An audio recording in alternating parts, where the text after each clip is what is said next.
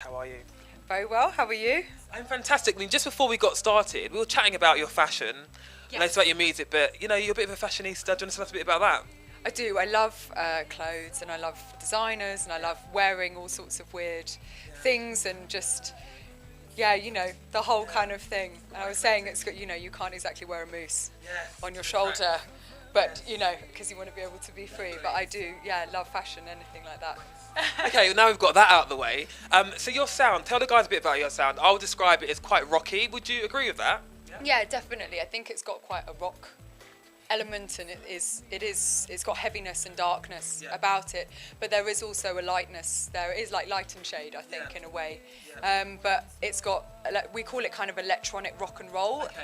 And it's interesting to see what people are coming back with, because actually some people are saying like that it's stark folk and lush indie rock, or so I think we're a weird hybrid of something. I'm not quite sure. What kind of were you inspired by? Well, me personally, I think I definitely came from old folk and metal. I sort of like, it's like a weird thing of, I don't know, Burt Jansch, and then Cool. then Iron Maiden and Metallica. Okay, it's quite cool. And grunge, really, like King's X is one of my favourite bands, and Doug Pinnick's one of my favourite singers, and Alice in Chains, and it's been recently, I suppose, that I've gotten a lot more into like new electronic music and stuff like that, and Hannah from London Grammar, and I don't know, so bit of an eclectic mix. And you've been working with some really cool producers. How did that happen for you? How did that?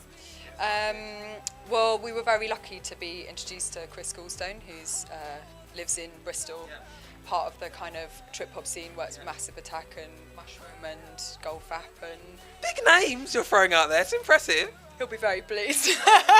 Wait, was it quite daunting for you? I mean, he must have had a lot of advice about obviously the content that you're giving out and the music. Well, we just knew, he knew our band, he'd seen us, and he, we got in contact with him, and he was really keen to move the sound. We told him what we wanted, and he just got it and was able to do it, and it was an amazing thing working with someone like that, because they're having to allow a band to come in and kind of work with them as well, and it was an incredible process of sort of just what he's an absolute genius maestro. I've never seen anybody work so quick, and I'm like technologically rubbish. So I was just watching him like slightly mesmerised, getting cross By his insane talent, his magic. Yeah. So it was an incredible experience. You played at some really cool places already, haven't you? I mean, Secret Garden Party we had as one of our places. Is that correct? Yes, and we headlined the bandstand at Festival last. Not bad. Yeah, it was that was brilliant. Was it daunting? It was, because also it's outside, so there's you're kind of in the elements, which we didn't know. That you don't know what it's going to sound like and all that kind of thing. And obviously it's a mad festival, so it was really exciting. What makes the crowd go crazy? What makes the fans go crazy? Arrows. Okay. Yeah, Arrows, definitely. What do you think it is about that track that makes people go so mad? I think it's quite different. It's quite. It's got a really nice big beat underneath it. It's got some balls. Did you know when you're making it? It was going to be such a good track? Did you say like, this is it? This is the track? Not at all. Okay.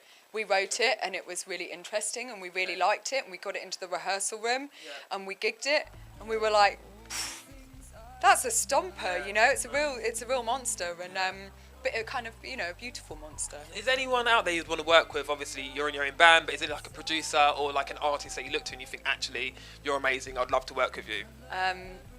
If we got a week. I'll give you a limit of 5. I think that's a fair number. Who would be your top 5? Top 5. Wow. Alice in Chains. Okay. 1. Tom York. 2. Oh God, Kasabian. I think we could do like a mad stage show with Bjork. That would be epic. She's got a new album out, so maybe she'd be willing to do like that. a big girl power, weird, crazy thing, and I don't know. Iron Maiden. Iron Maiden. All right, that's it. We could do that. But it's your final one.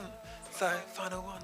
What would you say is the longest time you've been away without showering for? This is our kind of random question. Because it's difficult when you're on the road. I mean, I've been at Glastonbury and I know how hectic it is. It is a very good question. I think I've done 4 days. No. Yeah, I look good at the end. I found a tap somewhere, and I just put my face under it. and scraped my hair back. Yeah. And one of my mates was like, "Do you know, you actually look quite fresh." Okay. And I was like, they didn't say I smelled fresh, but Right. because my face just had a bit of a like watery. Looked edgy. Listen, 4 days. It's hard for us girls. That's all I'm saying, guys. And tell us a bit about the EP, finally. So it's 3 tracks. One is Arrows, obviously. Another track called Stealth. Another track called The Void. And it's kind of the songs that we wanted to kind of have more. They're faster. They're harder. They're badder. Okay. And it's what we kind of wanted to break into the industry with, and just kind of put them out there and see what the response was. Really, guys, get in contact, get on the social media wave, and come join us.